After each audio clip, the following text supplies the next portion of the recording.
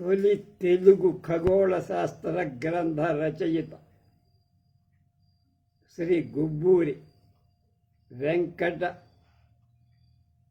వెంకటానంద రాఘవరావు గారు రాసిన జ్యోతిర్వేద మొదటి భాగం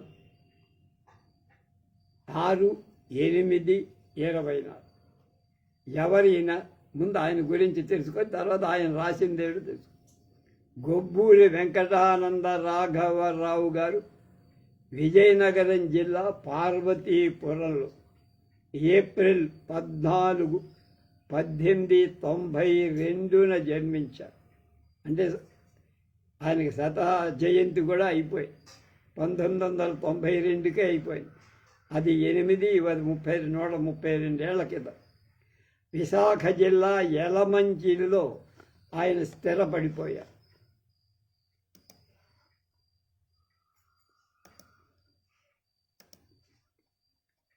ఖగోళ శాస్త్ర పరిశోధనలతో జీవితమంతా ఆయన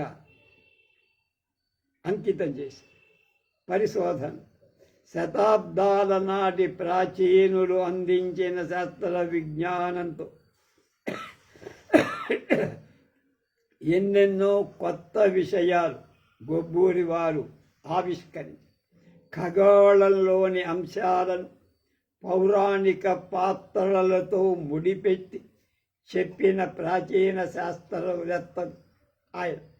కవులను తన పరిశోధనలకు ఆదర్శంగా ఆయన తీసుకున్నారు. వాళ్ళు చెప్పిన పాల పుంతలు, పాల సముద్రాలను వర్ణిస్తూ విష్ణువు పాదాల దగ్గర పుట్టిన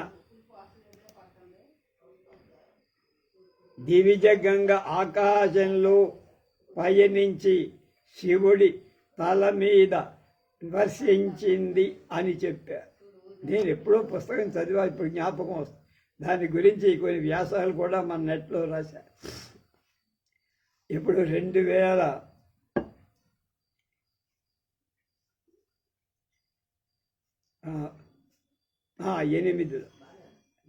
అమెరికా వెళ్ళేటప్పుడు ఆ పుస్తకం లైబ్రరీలో దొరికితే తీసుకొని వెళ్ళి దాన్ని చదువుతూ దాని మీద మంచి మంచి వ్యాసాలు రాశారు. అది ఇప్పుడు జ్ఞాపకం వస్తుంది, మర్చిపోయాను. అలాగే పాలపుంత ఎగువ భాగంలో ఒక మూలన ఉన్న ప్రధాన నక్షత్రం విష్ణువు అనే భీముడి పేరు కలిగిందని, పాలపుంత దిగువ భాగంలో చివరలో ఉన్న ప్రధాన నక్షత్రం ఆరుద్ర, ఇది శివుడి పేరు కలిగి ఉంది. ఈ 2 నక్షత్రాల మధ్య హంస పేరు కలిగిన ఒక నక్షత్రం ఉంది. హంసకు ఎడమ వైపున ఉన్నది క్షీర సముద్రమని, రెండవ వైపున ఉన్నది దివి నుండి భూమికి చేరిన గంగ పైనుంచి కిందకి అని. ఈ అంశాలన్నిటినీ రాఘవరావు గారు పరిశీలించి అధ్యయనం చేసి ఆ పాలను నీళ్లను వేరు చేసే హంసతో సహా ఖగోళ చిత్రపటాన్ని తయారు చేసి భారతి సాహిత్య పత్రిక 1920లో ప్రచురించారు. ఖగోళ శాస్త్రాన్ని గురించిన చిరకాల పరిశోధనలు చేసి కనుగొన్న వాటిని వేదాల్లో, తైత్తిరీయ సంహితలో, పురాణాలలో,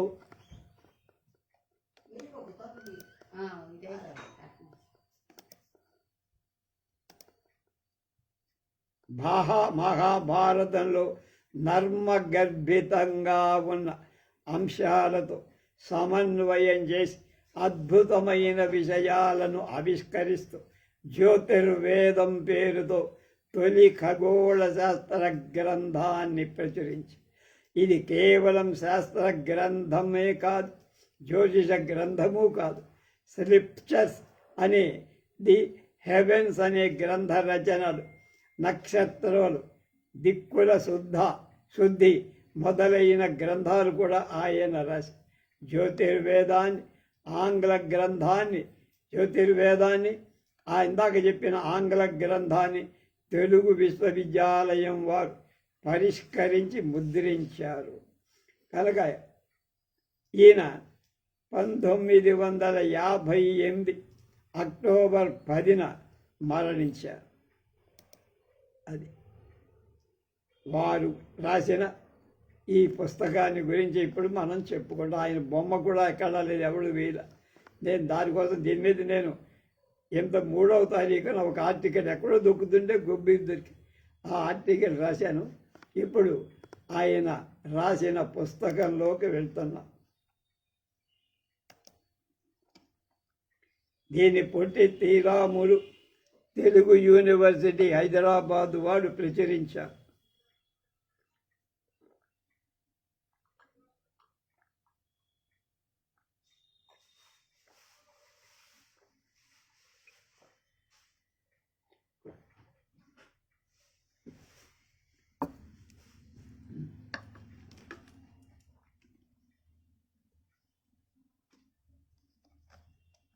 ఇది 1997లో జరిగింది.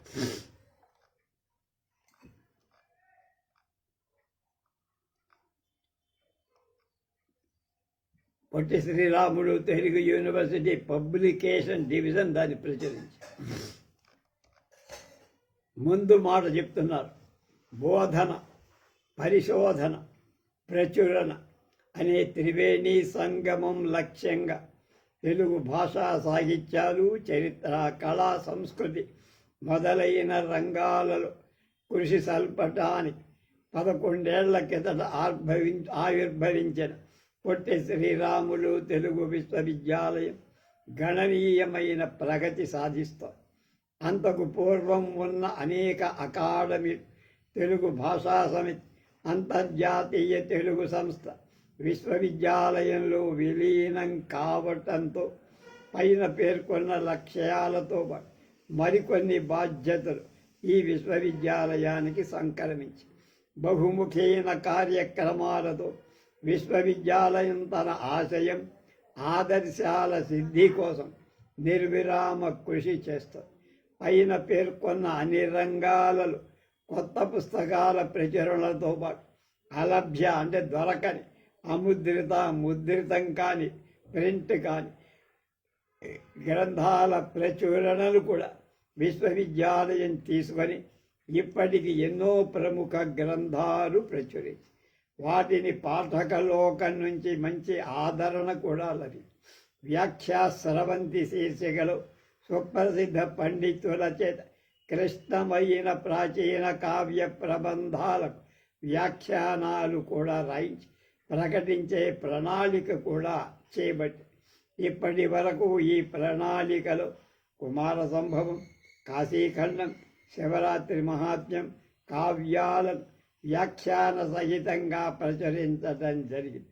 ఇది సాహితీ ప్రియులకు ఎంతో ప్రయోజనకరంగా తెలుగు విజ్ఞాన సర్వస్వ సంపుటాలు తయారు చేయించి కొత్తగా వెలువరించడం కూడా జరిగింది.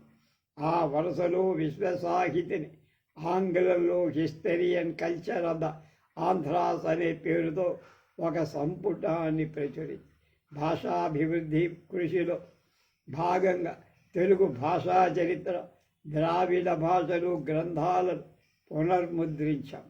ఆంధ్రప్రదేశ్ ప్రభుత్వ సాంఘిక సంక్షేమ శాఖ వాళ్ళ సహకారంతో డాక్టర్ బిఆర్ అంబేద్కర్ రచనలు, ప్రసంగాలు 10 సంపుటాలుగా శ్రీ గుబ్బూరి వెంకటానంద రాఘవరావు వేదాలను కేవలం సాహిత్య సౌందర్య దృష్టితో కాక శాస్త్ర దృష్టితో అధ్యయనం చేశారు.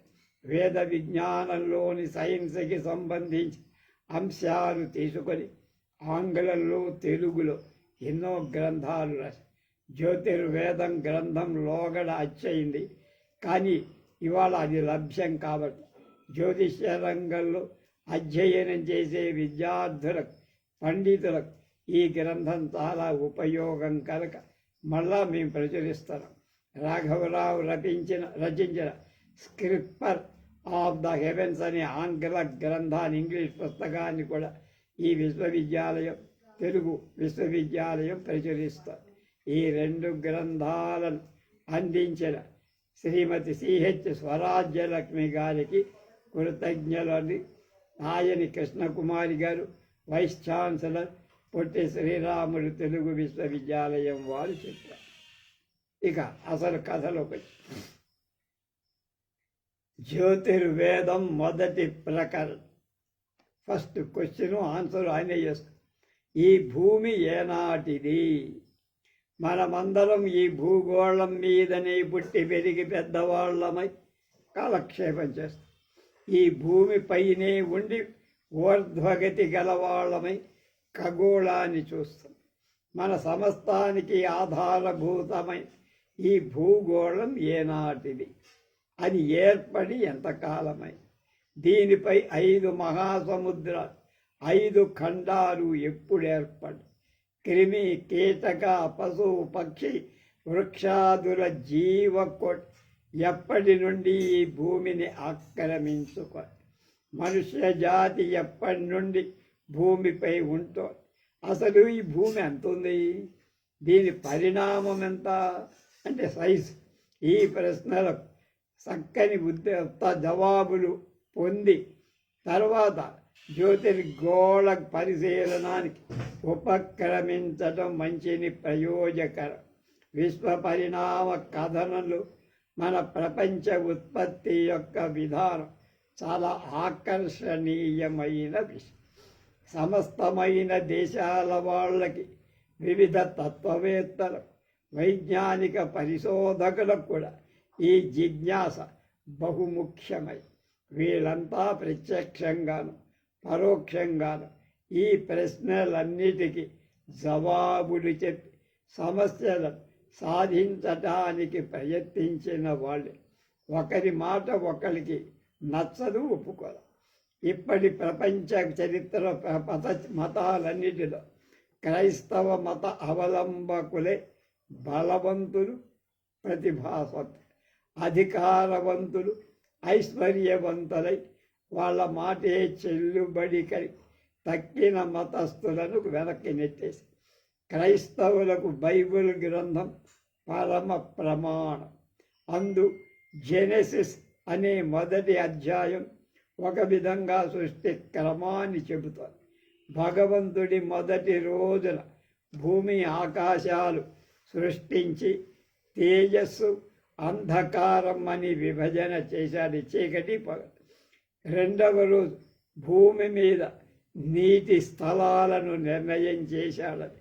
మూడవ రోజు తృణ ఔషధాలను బీజ వ్యాప్తి చేత వృద్ధి పొందించే వృక్షజాతులు సృష్టించాడని. నాలుగవ రోజు సూర్య చంద్ర నక్షత్రాదుల సృష్టి చేశాడని. ఐదవ రోజు తిమింగళాల మీన జాతులు, సముద్ర జీవుల్ని, చరచరాలను, క్రిమి కీటక సరీసృప అంటే పాకే జంతువులు, పశువు మామూలు 4 కాళ్ళ జీవులు, పక్షాలు అంటే ఆకాశంలో ఎగిరేది, భూచర ప్రాణికోట భూమి మీద తిరిగే ప్రాణికోట్లన్నింటినీ ఉత్పత్తి చేశాడని.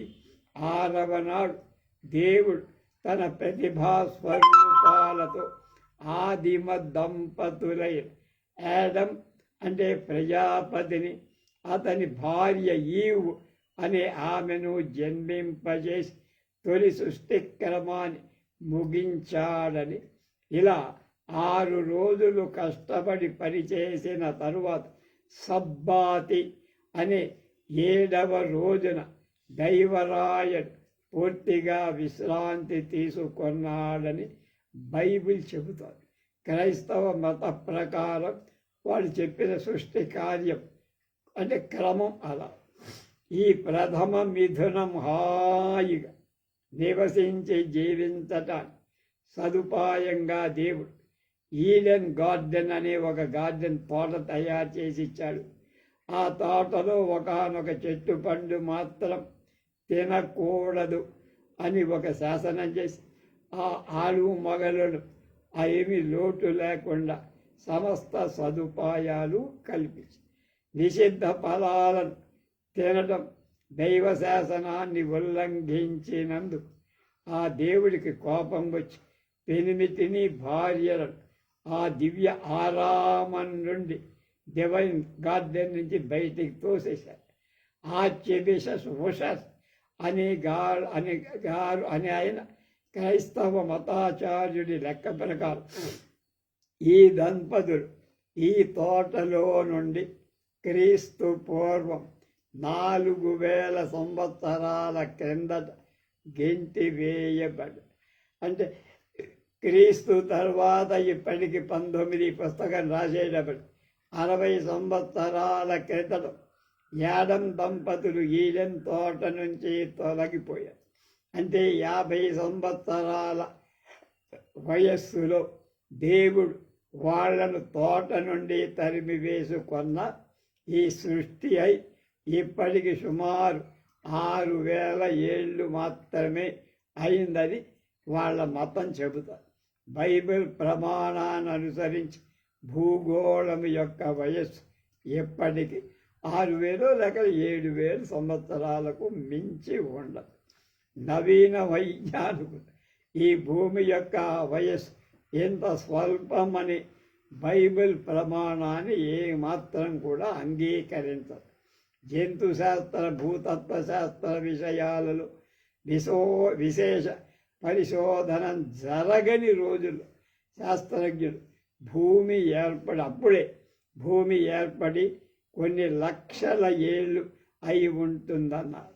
ఆ విషయమై పరిశీలన తీవ్రమై సాక్ష్యాలు బలమైన కొద్ది భూమి పుట్టి లక్షలు కాదురా కోట్ల సంవత్సరాలు అయిందని శాస్త్రవేత్తలు గట్టిగా నిర్ధారణ. ధాతు శాస్త్ర అంటే లోహం, భౌతిక శాస్త్ర, జ్యోతిష్ శాస్త్ర సంబంధమైన విజ్ఞానం పెరిగిన కొద్ది భూమి ఏర్పడి ఇప్పటికి 10 కోట్లు కాదు, 25 కోట్లు కూడా కాదు, 100 కోట్లు కూడా 200 కోట్ల సంవత్సరాలు అయి ఉంటుందని భూమి పుట్టి కనుక సర్ జేమ్స్ జీన్స్ అనే వైజ్ఞానికుడు సైంటిస్టు అంచనా వేసి చెప్పారు. కనుక మనకు ఈ ప్రకరణ ప్రారంభంలో వేసిన కొన్ని ప్రశ్నలకు ఆ మహాశయుడిచ్చిన జవాబులు ఈ దిగువ పట్టికలో స్పష్టంగా చూడగ. మిగిలిన ప్రశ్నలకు కూడా క్రమంగా జవాబులు ఈ గ్రంథంలో తెలుసుకోగలరు. జీన్స్ దొరగారి అంచనా ప్రకారం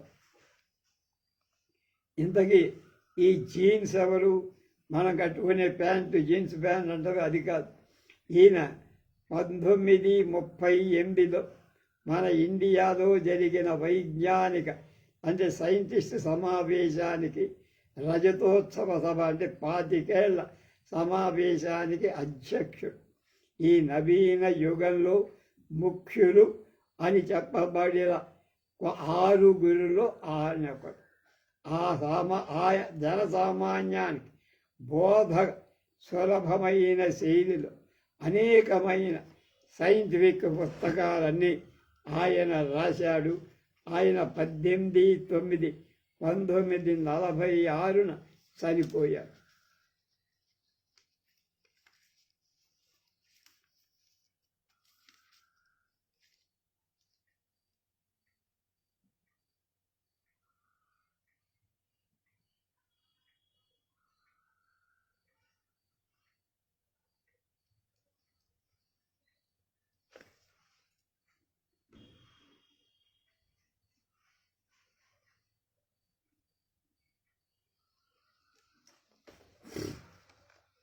కనుక ఆయన చెప్పిన ప్రకారం భూమి వయస్సు ఇప్పటికీ 200 కోట్ల సంవత్సరం.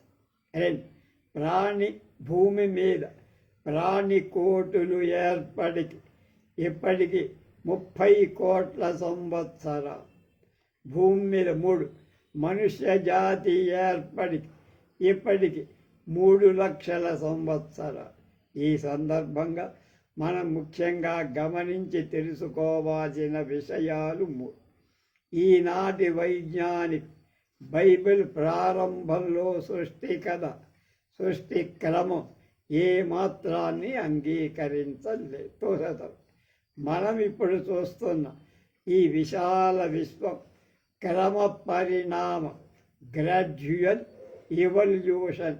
అంతేకాని ఒక 6 రోజుల్లో ఆకస్మికంగా ఇవన్నీ ఏర్పడ్డాయంటే అవి కాకమ్మ కబుర్లే తప్ప పనికిరావు. కనుక మొదటి ముఖ్యాంశం. రెండవది, సృష్టి క్రమంలో మొదటి రోజు భూమి ఆకాశాలు రెండవ రోజు జలాలు, 4వ నాడు సూర్యచంద్ర నక్షత్రం ఈ వరుసగా ఉత్పత్తి కాబడ్డాయి అని నేను చెప్పిన ఇవాళ సైంటిస్టులు ఎవ్వరు దాన్ని ఒప్పుకోవట్. భూమి ఏర్పడిన 4వ రోజు సూర్యచంద్ర నక్షత్రాలు ఏర్పడ్డాయి అని చెప్పడం కూడా శాస్త్రరీత్యా అది అసాధ్యం, అసందర్భం, ఎబ్సర్డ్ అంటారు. కనుక అసందర్భం. కానీ ఈ పరిణామ క్రమం ఎన్నో కోట్ల సంవత్సరాల కింద వరస పెట్టి ఏర్పడుతూ వచ్చి, అంతేగాని 2 రోజులు 3 రోజులు. మూడవది, భూమి వయస్సు వరమరగా అంటే సుమారుగా, ఆయన ఉద్దేశం ఈయన రాసిన భాష అది. వరమర అన్నాడంటే సుమారు అన్నాడు. 200 కోట్ల సంవత్సరాలని జీన్స్ అనే ఆయన అంచనాలు. మన భరతఖండంలో పంచాంగకర్త ఖగోళ విషయాలలో సృష్టియాది గత సౌరాబ్దా నేటికి 195, 58, 85, 047 195 కోట్ల 58,85,48 సంవత్సరాలు అయినట్లుగా సౌరమానం చేత స్థిరపరిచారు. వాళ్ళకి మనకి పెద్ద తేడా లేదు కనుక ఇది సుమారుగా లెక్క కాదు. పై మెట్టు చదును చేయుటల అంకెలు విడిచి 0 చుట్టి రఫ్ అండ్ రౌండ్ ఫిగర్ గుండ్రాలపు లెక్కలను కూడా కాదు. ఈ అంకె ఎలా తేలిందో వివరించి చెప్పటానికి చక్కటి ఉపపత్తులున్నాయి మనవాడు చెప్పిందని. వాటికి ఇక్కడ చర్చించటానికి సమయం లేదు. సావకాశాన్ని బట్టి ఆలోచిద్దాం. మన పంచాంగకర్తలిచ్చిన భూమి వయస్సు సత్యప్రియులైన నవీన పాశ్చాత్య వైజ్ఞానికులు పూర్తిగా ఆమోదించి ధృవపరచారని మనకు బాగా తెలుసు. కనుక మనవాడు చెప్పిందే కరెక్ట్. రే వెలుగు భూమి మీద మనుష్య జాతి ఏర్పడి అధమ పక్షం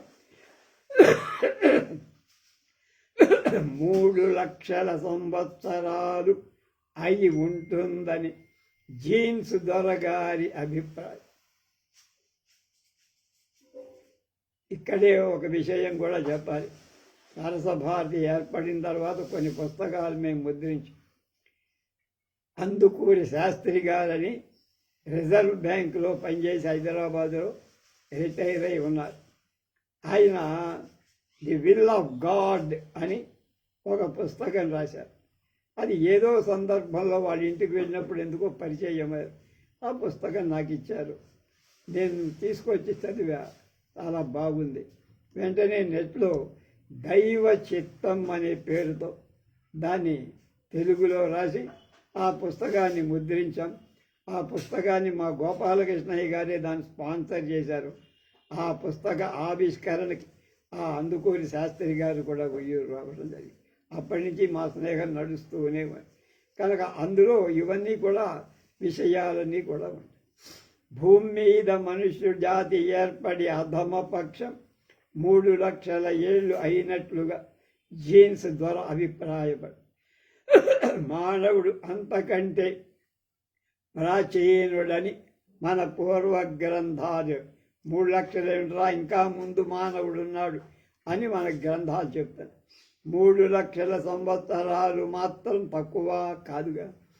వాదం నిమిత్తం మానవ ఉత్పత్తి అయి 3 లక్షల సంవత్సరాలు అయ్యిందని ఊహిద్దాం. మానవుడు భూమి మీద నివసించటం మొదలైనవి విశ్వంలో స్వతసిద్ధమైన వెలుగులు నరులు వెలిగించనివి. నరులు ఆర్పజాలని బహుజ్యోతులు బహుసంఖ్యాకారున్నాయి. అంటే నక్షత్రాలు గ్రహాలు ఇవన్నీ తోచేటువంటి అలాగే పగటి వేళ ప్రకాశించే పెద్ద వెలుగెవరు? సూర్యుడు. రాత్రుడు వెలిగిచ్చేవాడు చంద్రుడు, చిన్నవాడు. అంతకు చిన్నవైనట్లుగా సూది మన బొట్లులాగా కనపడి ముత్యాల మెలమెలా మెరిసి వజ్రపు కోడులాగా జిగ మెరిసే నేత్రోత్సవం చేసే కాంతి పుంజాలు ఏమిటవి? నక్షత్రాలన్నాం మనం. మింతి రత్నాలు, వాటిని జెమ్స్ ఆఫ్ ది స్కై అన్నారు. ఆకాశ రత్నాలు ఏమిటి? ఆకాశ రత్నాలు అంటే నక్షత్రం. పడమట సూర్యుడు అస్తమించగానే వినీల విశాల చక్రంలా ఆకాశంలో, ఆకాశ రంగంలో అంటే మింట అంటారు దాని పైదమ్మ, తెరచాటు నుండి బయలుకి వస్తున్నట్టు నక్షత్రాలు ఒకటిగా కంటికి కనపడుతూ చీకటి అలుము కొలది చుక్కల తేజస్సు పెరుగుతూ, కొన్ని చుక్కలు ముత్యాల లావణ్యంతో మిడుకుమంట, కొన్ని వజ్రపు పొడుల తడుకు వెలుకులతో మెరుసు, కొన్ని పగడ అరుణ కాంతులతో తేజరిదు. ఇంకా కొన్ని నక్షత్రాలు మండుతున్న మెగ్నీషియన్ తీగ, మన తీగలో కాలుస్తుంటాం. దీపావళి నాడు మెగ్నీషియన్ తీగలు కూడా అమ్ముతారు. సన్నగా పల్చగా ఉంటుంది. ఆ తీగకి మన దీపాన్ని ముట్టిస్తే మంచి వెలుగు వస్తుంది. అలా ఆ మెగ్నీషియం తీగ విధంగా దేదీప్యమానం అవుతూ అద్భుతం చేస్తుంది. ఊసర వెల్లుల్లాగా రంగులు మార్చుకొని ప్రకాశించే నక్షత్రాలు చుక్కలంటాం మనం.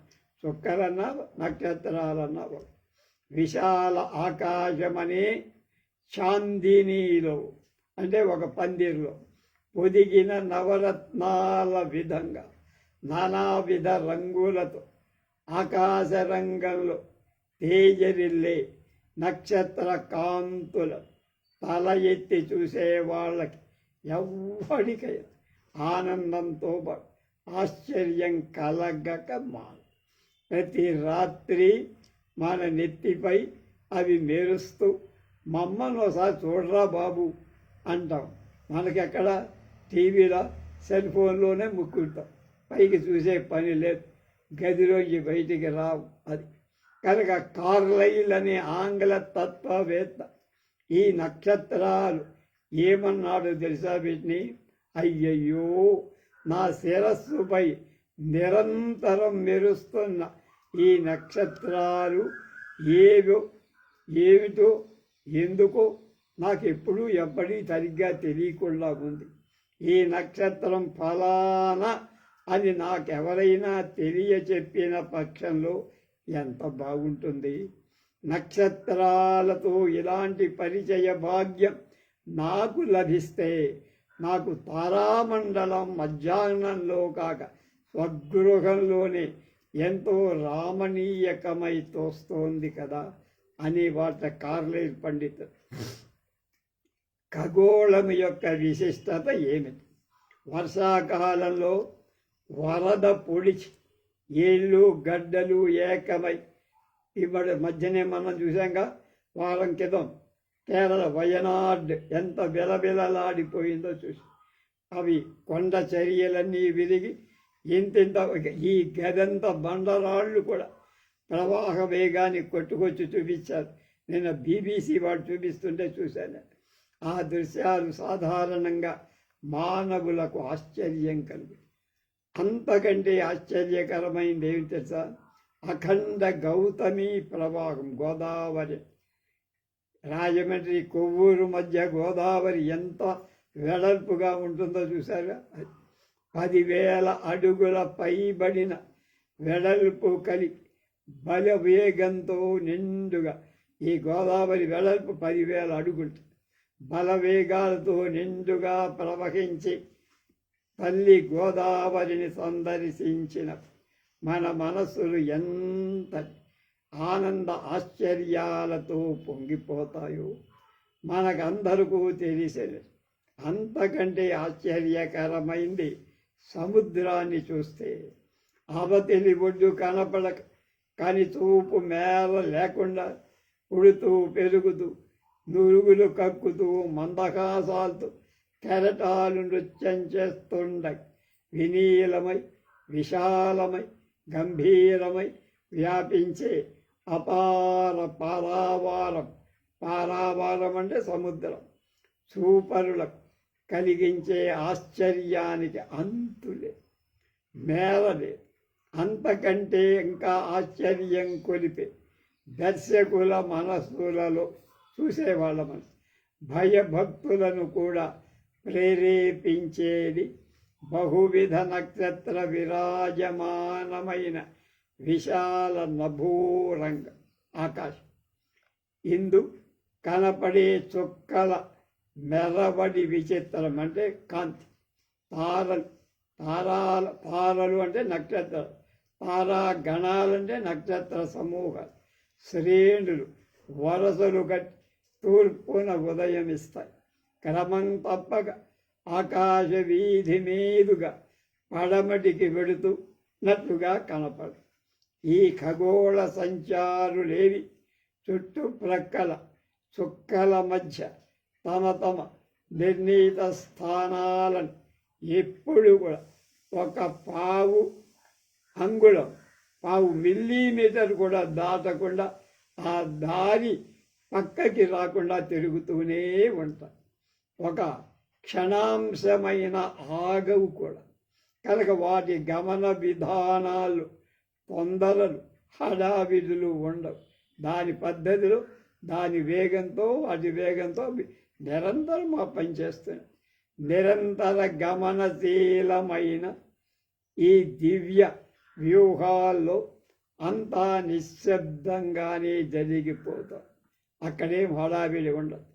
అలాగే ఈ నిత్యోత్సవం, ఈ నిత్య కళ్యాణం, ఈ నిత్య మంగళం చూడగా చూడగా మహనీయ వైభవోపేతుడైన పరమేశ్వరుడు సపరివారంగా ప్రకృతి వెలుగుతో దివ్యులు అంటే దేవత కాల్చే బాణాసంచాతో వెడలి జరిపించుకునే ఊరేగింపు ఉత్సవమా అన్నట్టుగా ఆకాశం కనపడి చూసేవాళ్ళు. ఈ మహత్తమ దృశ్యాలను చూసి ఆనంద ఆశ్చర్య ఆవేశ వివసులై ప్రాచీన కవులెందరో అద్భుతమైన కవిత్వాన్ని కథలు అల్ల గాయకులు ఎలుగెత్తి దివ్య గీతాలు ఆలాపి పెక్కు యుగాల నుండి ఈ నక్షత్రాలు ఇలానే మెరుస్తూ మన భూమిని చూస్తున్నాయి పైనుంచి. ఈ ప్రపంచంలో అన్ని దేశాల వాడు, అన్ని జాతుల వాడు చాలా కాలం నుండి వీటిని గమనిస్తూనే ఉన్నారు.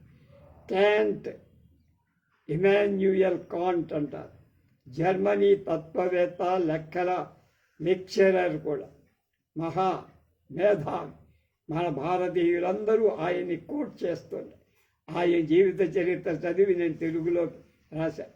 తత్వవేత్త ఈ చిత్ర దృశ్యాన్ని గురించి చెప్పిన వాక్యాలు ఇక్కడ మనం స్మరించాలంటున్నారు గుబ్బూరి వారు. ఎప్పటికప్పుడే నాకు కొత్త ఆనందం ఆశ్చర్యం చూపిస్తూ ఇస్తూ నిరంతరం ప్రవర్ధమానం అంటే పెరుగుతూ ఉంటుంది. నా ప్రశంసకు పాత్రాలు అయినవి అంటే అర్హమైనవి రెండు కనపడుతున్నాయి అంటున్నాడు కాంట్ గారు.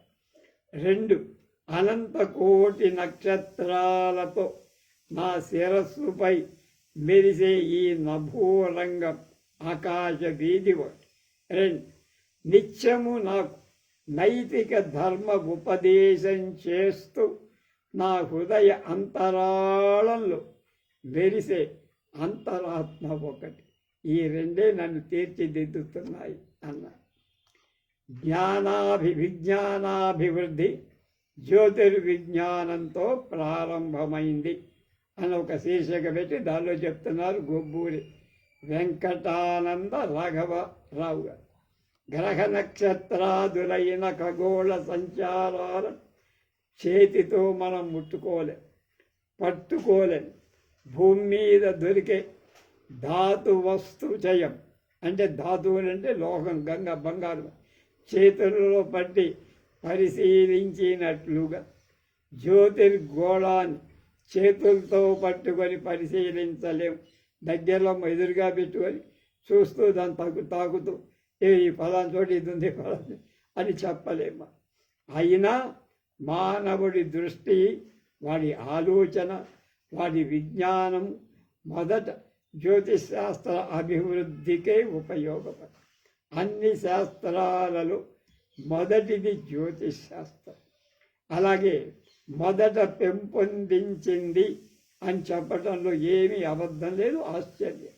విశ్వంలో ఏ కార్యం, ఏ పని ఎలా జరుగుతోందో సూక్ష్మంగా పరిశీలించి కనిపెట్టాలి. చూసిన దానివల్ల ఏమేమి తెలుసుకోవచ్చో దాని కారణాలతో కూడా చర్చించి తెలుసా.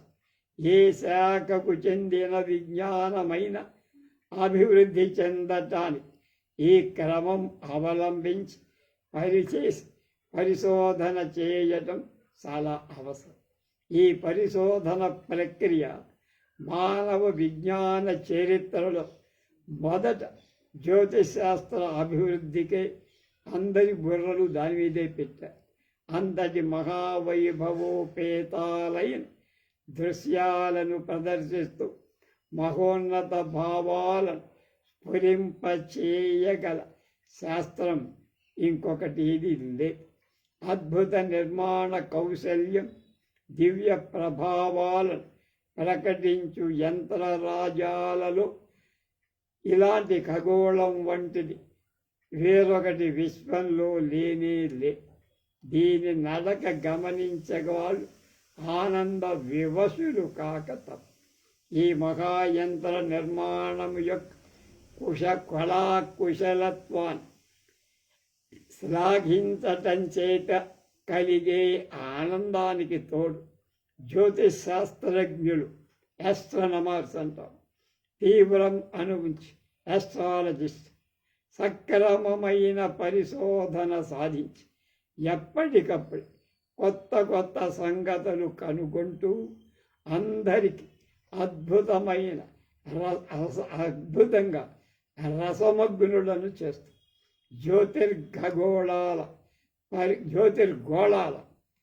అంటే గ్రహాలు అన్న అవి జ్యోతిష్తో కాంతితో ఉంటాయి కనుక జ్యోతిర్గోళాల పరిమితిని బట్టి చూసిన అందు కనపడే అనంత వైవిధ్యాన్ని, తేడాలను బట్టి చూసిన అందు ఏ భాగాన్ని పరిశీలించి చూసిన మనకు కనపడే అద్భుత కార్య విధానం గమనించిన జ్యోతిర్విశ్వం కంటే మహనీయం, మహత్తరమైన విషయం మనుషులు తెలుసుకోగలిగింది ఇంకొకటి లేదు అని ఆర్ఏ ప్రాక్టర్ అనే ద్వారా చక్కగా తెలిపాడు. ఇందాక చెప్పిందంతా ఆయన చెప్పిన మాటే.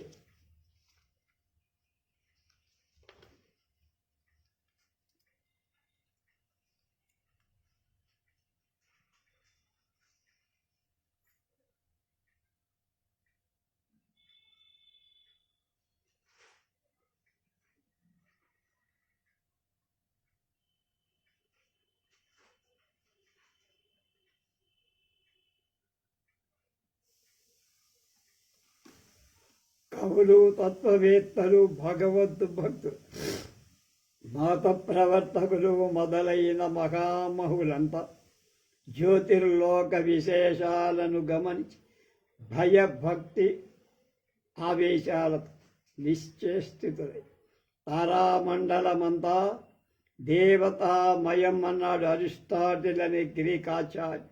అంటే తారామండలం, నక్షత్ర మండలమంతా దేవతామయం అన్నాడు. అది అలాగే గ్రీకాచార్యుడు అలా బైరన్ అనే ఇంగ్లీష్ కవి, ఓ నక్షత్రాలారా స్వర్గలోకము యొక్క ఉత్తమ కావ్య గీతాలు మీరే సుమండి అన్నారు. అలాగే పులికేక వేసేట ఆనందంతో పట్టలేక జ్యోతిర్వేద ఇదంతా ఒక ఇంట్రడక్షన్.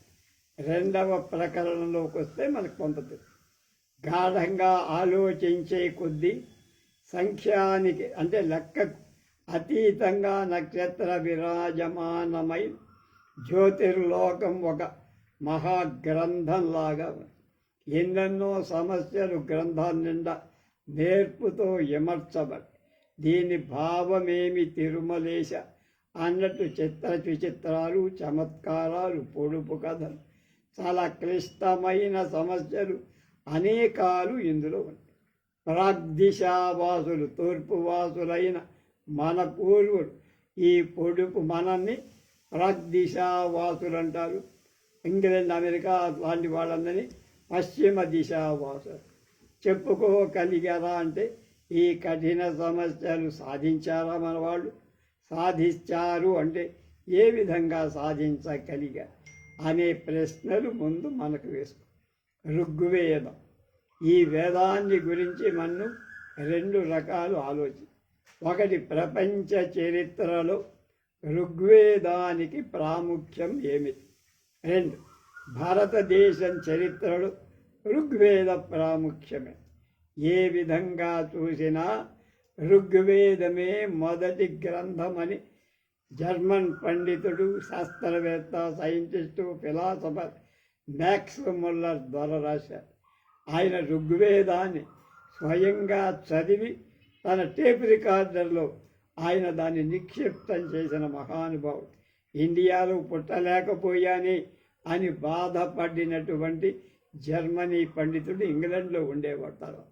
ఆర్యజాతులకు పితృక్రమాగతంగా చెందింది, బహు ప్రాచీనమైంది, చాలా పూజ్యమై శిరోధార్యమైంది ఈ ఋగ్వేదమే అని గ్రిఫిత్ అనే పండితుడు కూడా చెప్పి మానవుల ఆలోచనలు, అనుభవాలు, మానవ జాతి సాధించిన మహత్కార్య వివరాలు ఇవన్నీ ఋగ్వేదంలో గ్రంథస్థం చెయ్యబడి ఆర్యజాతుల తొలి పలుకులు ఇందులోనే అయినా ఈ వేదవాంగ్మయాన్ని అర్థం చేసుకోలేని పాశ్చాత్య విమర్శకులు కొందరు మన హిందువులను నిలబెట్టి కొన్ని ప్రశ్నలు అడిగి సవాల్ చేస్తారు. ఈ ప్రశ్నలు ఒక బస్తీ మీద, ఒక రాష్ట్రం మీద చేసిన సవాళ్ళు కావు. భరతఖండం వంతటి మీద సవాల్, భారతీయ నాగరికతపై సవాల్, భారతీయ సర్వంకష కృషి కల్చర్ సంస్కృతిపై సవాల్. వాటికి సదుత్తరం ఇవ్వడం ప్రతి భారతీయుడి కనీస ధర్మం. సదుత్తరాలంటే సమగ్రాలు, ప్రమాణంగా ఉండాలి, సత్ప్రమాణాలు, ఎదుటివాడి నోరు మూయించగలి. అది ఆ ప్రశ్నలు ఏమిటి వాడు వేసేది? యాగ దీక్షాపరులైన మీ పూర్వులు వేద ఋషులు యజ్ఞాలు చేసేటప్పుడు హోమగుండాలలో కర్రలు కంపలు వేసి నెయ్యి పోసి జ్వాలలు ఎగబెట్టి స్వాహా అనే శబ్దంతో అరుస్తూ ఆ తర్వాత వచ్చేటువంటి హోమధూమంతో కళ్ళు ఎర్రబడి నీళ్లు కారుతున్న చీకి కళ్ళతో బాధపడటమే కాక కనులెత్తి ఎప్పుడైనా ఒక్కసారి ఖగోళ వైభవాన్ని చూశారా? తేజోమయాలై ప్రకాశించే సూర్యుడిని వాళ్ళు ఎప్పుడైనా తిన్నగా చూశారా? చల్లని పండు వెన్నెలలు సంచారం చేసే చంద్రుణ్ణి ఎప్పుడైనా చూశారా? ద్వాదశ రాసులలో రాశి చక్ర ప్రశంస మేషాది రాసుల విషయం వివరాలు ఋగ్వేదంలో ఎక్కడైనా ఉన్నాయా? మాకు చూపించగలరా అని సవాల్ చేస్తారు. ఈ ప్రశ్నలు ప్లంకెట్ ద్వారా రచించిన ప్రాచీన పంచాంగాలు, నక్షత్ర సమూహాలు,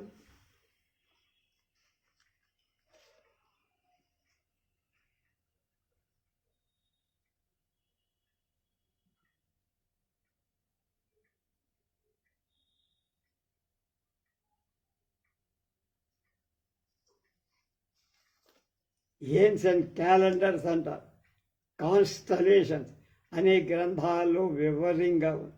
ఆ దొరగారికి సంస్కృతం రాదని స్పష్టంగా చెప్పాడు కూడా.